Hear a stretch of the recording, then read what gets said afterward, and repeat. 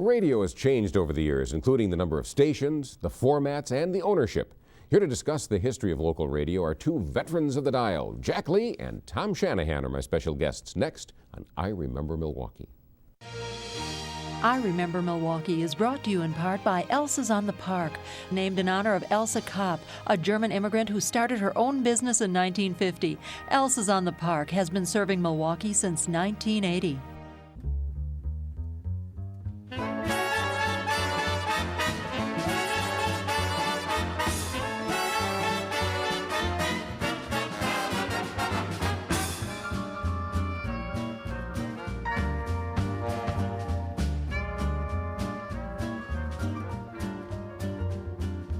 Hi, I'm Jim Peck. Welcome to I Remember Milwaukee. Joining me tonight is Jack Lee, still working in retirement. His background in radio dates back to his childhood in the previous century. Also joining us is Tom Shanahan, currently the station manager for WTKM in Hartford, Wisconsin. Tom started working in radio when he was a teenager in Milwaukee. Jack and Tom have seen a lot of changes in Milwaukee radio and have had a lot of fun along the way. Take a look. Milwaukee radio has gone through more changes than a politician's election year promises.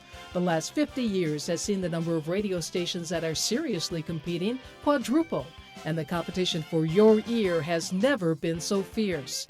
A lot of people have come and gone over those years, but Tom Shanahan and Jack Lee have been among the minority of survivors in the radio wars. Both have watched and been a part of the changes in programming and in management. Tom Shanahan, who is currently the station manager at WTKM AM and FM in Hartford, has worn more hats than Imelda Marcos has shoes. He got his start at the tender age of 16 at WEMP Radio, working his way up to program director there. Mild-mannered Jack Lee was once a screaming disc jockey at several stations. He's spending his retirement years as the president of Mars, not the planet, but rather a trade association for Milwaukee area radio stations. Jack Lee and Tom Shanahan are both survivors in a hotly competitive business. Their combined years in broadcasting give them a unique perspective on whether those changes have had a positive or negative impact. As you look back on Milwaukee radio, who are the names that pop out, the personalities that you guys remember? Well, Jack, I remember people from WEMP because I worked with them, and I think immediately of Coffeehead Larson, Joe Dorsey, Rob Thomas, Two B's Earl if you Gillespie, please. yes, Two B's if you please. We had a great staff, played a lot of wonderful music, and Jack knows that very well because Jack has been around the radio business in Milwaukee for a long time. I've been around about 30 years, but Tom goes back to the 40s and Right. 50s, and those names were in Milwaukee when I came here in the early 60s. And I tend to remember Eddie Doucette and Tex Meyer, the Kosher Coconut, and King Zabornik, and Bob Berry, of course, Paul Christie, Tony Carr, who's still in the market, but he's a businessman in the market. Mm-hmm. What? I think also of sports people like Merle Harmon, Earl Gillespie, Tom Collins. Mm-hmm. What made those people stand out? Take Rob Thomas, for example. We're talking about Rob, and I suppose a lot of people watching will and will not remember Rob. He was a great guy. He had a very, very subtle, quiet sense of humor. He was a very, very clever guy. And he started his program every day. We had a couple of calls with the station the other day asking what his theme song was, and I researched it by calling Joe Dorsey. It was Mama's Gone Goodbye by the Dick Jurgens Band. I was just humming that this morning. Right. Me too, yeah. Yes, you were dancing to it, I believe. I sure was. And they had a discussion about theme songs. Coffeehead Larson used Sunny Side of the Street, and Joe Dorsey used Eager Beaver by Stan Kenton. And we just reminisced about that. Sure. But you think, go ahead. Well, I was saying WEMP, as I understand, because I came in the market in the early 60s, WEMP was really the first pop music station in the market, wasn't it? With Joe Dorsey's Wire Request, I've heard people talk about that. Right. And in the older days of radio, it was Arthur Godfrey and soap operas and a lot of the programs that were then picked up in the early days of television. But some stations, often stations without network affiliations, I'm not sure if that was the case with WEMP or not, but I know that people who talk about enjoying the Rosemary Clooney, that kind of Jerry Vale kind of pop music and big band things. Relate that most directly to WEMP, and that would cover what, late 40s? Yes, the late 40s, early 50s. And the thing is that at that time, we had it almost all alone. It was just middle-of-the-road music. It was before rock and roll. It was before the Beatles. It was before Elvis Presley. It's emphasized there was a time in this country before rock and roll. Exactly. There was the time before we called it rock and roll. Right. Rock and roll was here before. It was called race music at one time. It was rhythm and blues or race music, or rockabilly was the name later. But rock and roll really came out of rhythm and blues and country music. It was kind of a It was really Elvis Presley that it seemed, Elvis Presley in my was the mind. one who really opened it up to the masses. But you had some rock and roll records, records by the Crows and people like that before Elvis became a big name. And of course, Carl Perkins' Blue Suede Shoes was released, I think, before Elvis, or at the same time, and he wrote the song. But Elvis was the one who democratized rock and roll, who made it everybody's music, every young person's music. And people would write in and call in saying, don't play that stuff. There were editorials against rock and roll. Oh, I remember working at a station one summer when I was in college. I got my first full-time job. I'd been a radio actor and all that early, but I got a disc jockey job in Cookeville, Tennessee, and Elvis had just happened. So this would be, I don't know, 55 to 56, about 57. I think the summer of 56. And there were notes on the walls in the control room saying, this radio station will never, ever play an Elvis Presley record or anything that is called rock and roll. And this, I don't care what you get in the mail in the way of a record or what you find. That was just absolutely, we will never do that. That was considered something that was going to be a passing fancy. It wouldn't last the summer, and then we'd be through with that. But another thing that has happened is country music has come into its own. Remember, at one time they called it country and western. Country music is very important today and was increasingly important starting in the 40s and 50s. Little crossover hits that became very popular in mainstream popular music. Well, People like Eddie Arnold. Yeah, I was just going to say Eddie Arnold was one of the first real country crossover, and Red Foley was a host on the Grand Ole Opry, and the Grand Ole Opry was out of Nashville, Tennessee, and you could hear it in most of the states because it was an AM clear channel station. And Red Foley hosted the network portion. There was 1 hour of the Grand Ole Opry that was carried on a network. Tom may remember which one. Was it CBS or NBC? I think it was CBS. I think it was CBS. So Red Foley became kind of a national crossover star, and he was much more mainstream. He's Pat Boone's father-in-law. Yes, exactly. The coming back to the people like Rob Thomas and Coffeehead Larson and Charlie Hansen and you, who will get to your career, who you owned the market. I don't think anybody ever got shares the way Jack Lee did. But for 3 months. But we. But okay, 2.5. All right. But why be precise? But you all had bits.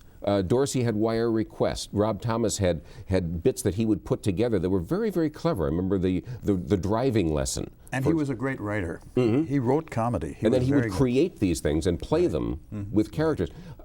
How did that start? Who decided that Madman Michaels with the Charnina Kid and things like that?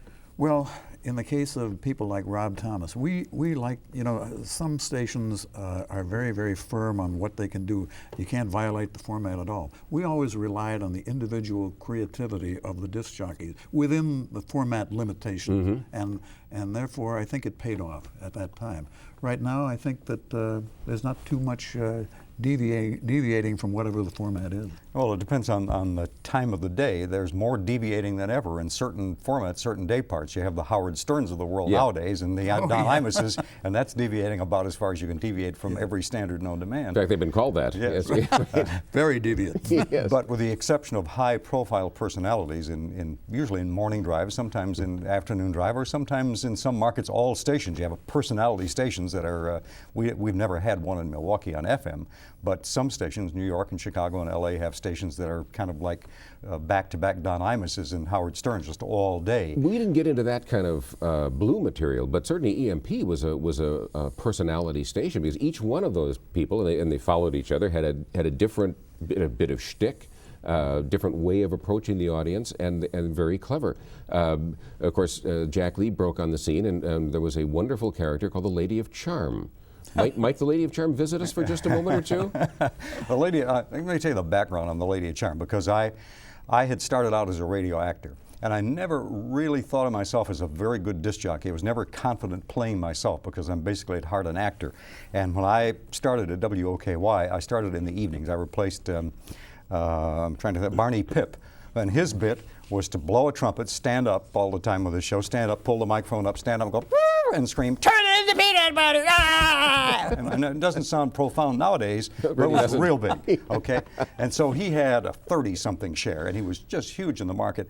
But he and the owner of the station had some words on the hotline one night, and he made some recommendations for what she could do with the station, and she didn't want to do that with the station. So I was managing the Waukesha station of those days, WAUK. It used to be AUX, and I'd call it to WAUK. And I'd fill in occasionally for holidays. We would trade people. I was so short-handed that they'd send me a news person from OKY, and they'd use a different name on the air, and I would go in using names like Lamont Cranston and just making up names. So when they had Christmas parties and were really short-handed, because I'd been a top 40 disc jockey in Detroit before I had retired the first time at age 27 or something to go into management. So I would fill in as the mystery disc jockey every now and then. So I got a call saying, "We want to make a deal with you for a week at least. We want you to come in at night and do Barney Pip's show till we can hire someone." And that led to me, leaving the management job and going back on the air full time. But they said, "We need you to have some kind of a gimmick or a bit because he has the turn into peanut butter, and that should be easy enough to top." But actually it really wasn't. Barney was a great teen disc jockey. So the week I hit on the air, the Batman TV show hit. Now, in those days, you had 3 network affiliates, and you had 5 radio stations. You didn't have cable and all the choices today. So any young people viewing have to understand it was really a different world. To be big wasn't quite as hard because there wasn't as much competition.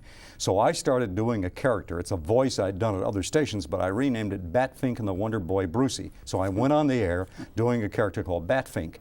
And the timing was perfect. I mean, it wasn't a great bit or anything, but the timing was perfect because it was like the second time that the Batman show had shown on TV. And I was on the air opposite the show. So I knew kids were watching that show, then tuning into the station. So then I did a bit about, okay, we know where you were, now you're listening to us, because it was either us or RIT, OKY, RIT. Every young person in the world listened to one of those. Could you do some Batfink and Brucey? Well, Batfink was, he supposedly wore these old, he was like a Batman character, but he had a YMCA towel as a cape, and he had a stubble beard, and he talked like that. He was always hungover, and he'd come out of a sewer there in Midtown Milwaukee, and he'd say, "Geez, Brucey, get some pants on. That kid runs around like that, And the ambiguously gay duo on Saturday, basically that was, you couldn't say that in those days, but Batfink was implying that Brucey was maybe, ripping his pants off for no reason at all.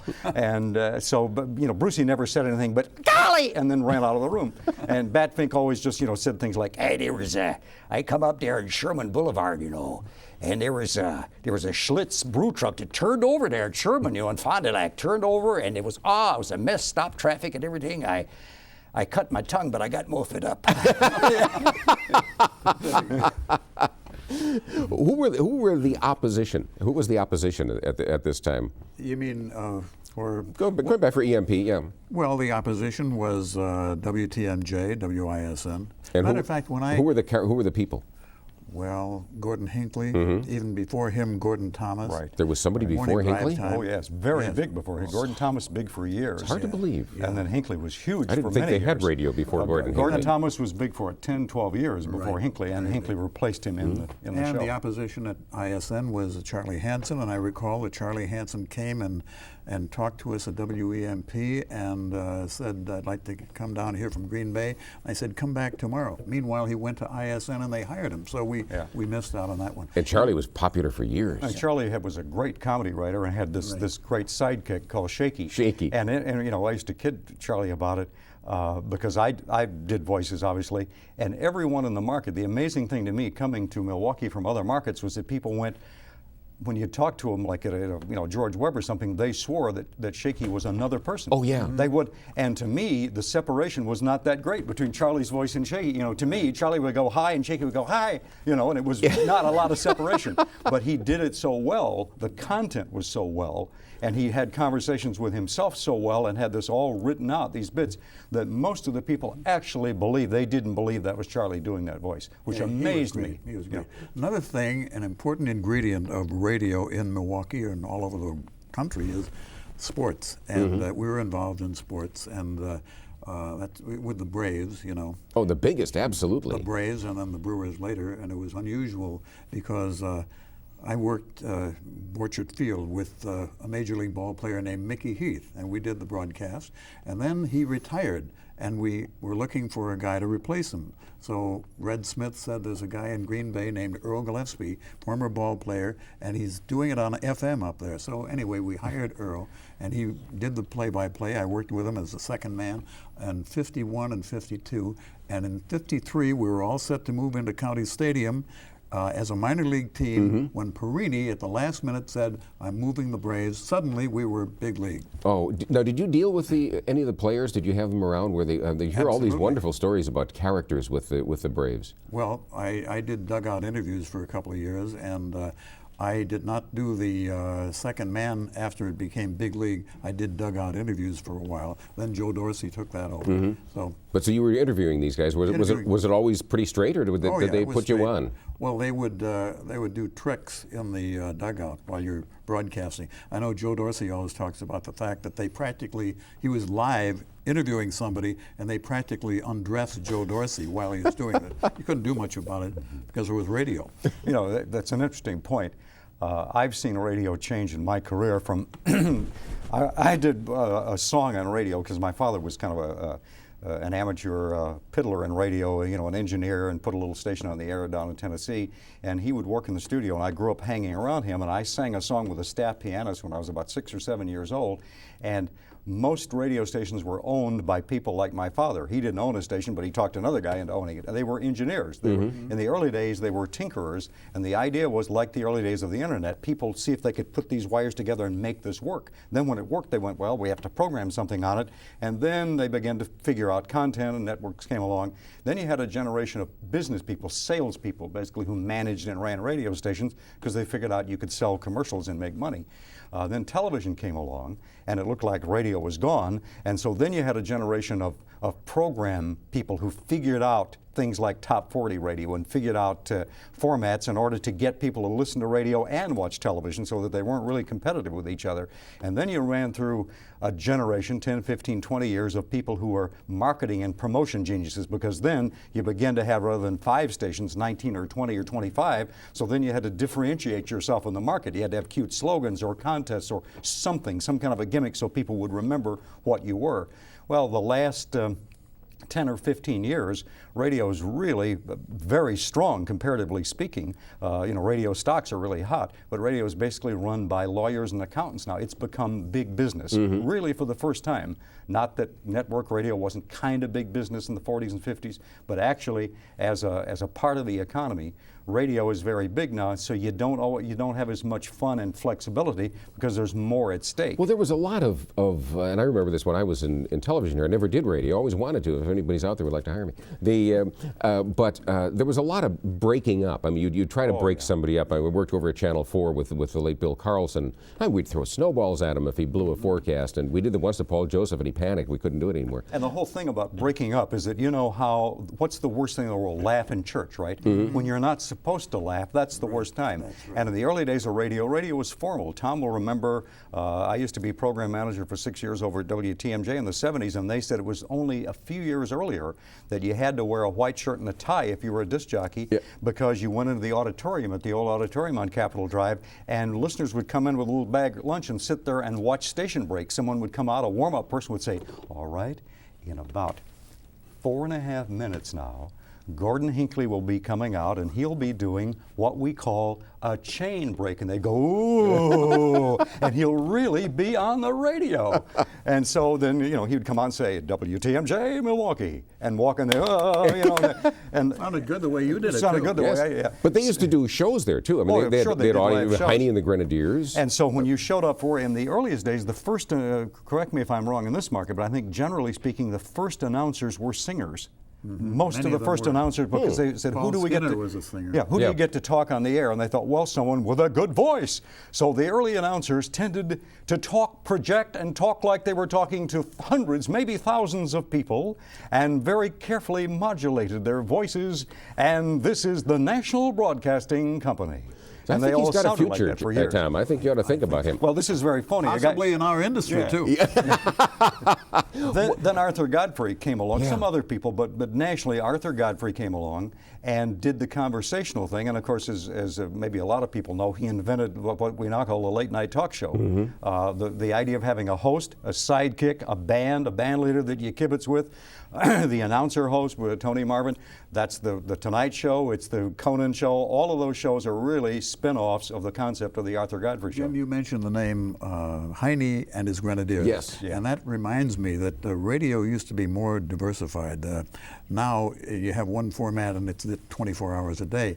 But years ago, every station in Milwaukee had a polka program. Yeah. Heine and his Grenadiers, Max and his Merrymakers, or whatever it was. Remember Fritz the Plumber? Fritz the Plumber and Bill Bramhall and Big Hall of Records.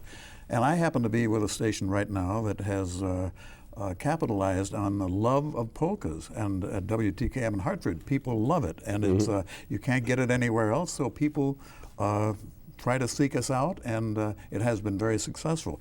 I don't take any credit for that format because it was originated by people before me. Scott Lopez is the owner of the station. He's done a marvelous job with it. And people listen to it. They love polkas, and it's unique today. But at one time, everybody had a polka program. I throw out the name Fritz the Plumber, but a lot of people don't realize who he was. Talk a minute about Fritz and what he did on the air. Wasn't there more than one Fritz the Plumber? Oh, I'm sure there was. Yeah. Originally, The original Fritz the Plumber was Kenny Vogt, V-O-G-T, and then Norman Margraf took over the role, Now, and he really Did any of that them role. really have an accent? Yeah, well, no, he had a German background, but that was a put-on accent. Right. You know. Can you do a little bit of Fritz? I really can't. I mean, Fritz would I can do an Irish brogue. Fritz the Plumber, well, here, we're going to play some polkas for you. And he would really do this on the air, the whole show. And I always thought it must be murder when the guy goes out to do a personal appearance. Now, personal appearances, I mean, I remember the CYO dances. And that was a time when you'd go out and you'd get a Jack Lee or a Bob Berry or a Madman Michaels, and they would come to the dance. Did you ever do any of that stuff? Oh, yeah, we did. There was a golden era of CYO dances. Funny thing, I was telling someone about this today. I've been in this market since 1963, 64, and a couple of years ago I went to buy a car, and after I made the deal, the guy said, "I'm really glad to have sold you this car. You don't recognize me, but this is really kind of a thrill for me. I mean, I like to make a sale, but I used to be," and he mentioned the name of some band, "and we used to do record hops with you at St. Cyril and Methodius and, at Pius High. Don't you remember us?" There were literally hundreds of garage bands, and then they would change names and change personnel. And they started out as a fundraiser for the CYO, having a disc jockey spin records. And so then it got to be very competitive. Then they would have two disc jockeys. They would have someone from RIT and someone from OKY alternating spinning records. Then someone hired a band. And so then they would have a disc jockey, and they say, "Don't bother bringing the records, we'll have a band play," because then they'd have a name band and a fill band and two disc jockeys then. So what happened between about 1964 and 70 or 71, about in the middle of 1970, it pretty much came to a halt because they priced themselves out of the business. It got to be so expensive to hire two disc jockeys, a name band and a fill band. Then some of the places are doing Battle of the Bands. All Sunday afternoon, 12 bands continuously, Battle of the Bands, 8 disc jockeys. Well, there was no money left. That was the end of St. Cyril and Methodius. We're still doing polka remotes at WTKM. You still do that? Absolutely. Sunday afternoon, Ixonia Fireman's Hall and other places, the Amaran, and people go out there and dance like mad every Sunday afternoon. Now, it always seemed to me that it was very important, particularly, and I always envied you guys who were on radio, because you could go out and do a lot of personal appearances, and you could do a couple of these in a night. Did you ever get into that, Tom? Oh, yes. We went out and did MC jobs, There's one thing I want to mention, too, about sports broadcasting. I was thinking, who has made a name in this industry? Who has the biggest name? And I was thinking, a guy like Tom Snyder went on to bigger things. He started at WRIT when he was going to Marquette, and I used to see him driving around in the WRIT news wagon. He'd go to all the accidents and so on. So he became very, very big. But I think the biggest star who's ever come out of Milwaukee radio, and I wonder what you think I'm going to say, I think it has to be Bob Uecker. Bob Uecker has been an outstanding character in the broadcasting business, and he has done a great job. And I don't think there's anybody better known all over the country than Bob Uecker. Yeah, television, everything. I wouldn't have thought about that, but I think Tom's absolutely right because of the Tonight Show appearances and Mr. Belvedere and what have you. He probably is. And Merle Harmon did a great job too, working with Tom Collins when the Brewers came in 1970. And it's been a great run. Incidentally, speaking of sports, this is something that I wouldn't do today, but when there was no TV, somebody asked me, would you do a hockey game, play-by-play? I did the hockey game, never having seen a hockey game in my entire life. Imagine doing that today. Yes, and that's a pretty quick sport, even on television. Imagine doing it on radio. Well, that's the way Lloyd Pettit started. You know, somebody asked him if you could do hockey. He said, sure. And at that time, he told me he never said it on this show, as a matter of fact. He didn't know anything about hockey, went out and quickly learned. Well, I'm sure they did this here, but I grew up spending my winters in Detroit, and they recreated games a lot in the early days of radio with a wire, with a ticker, and sound effects. And sometimes that wasn't exactly what was happening. There was some levity. Let's put it this way. There was some creative. Well, we did the broadcast with a ticker tape.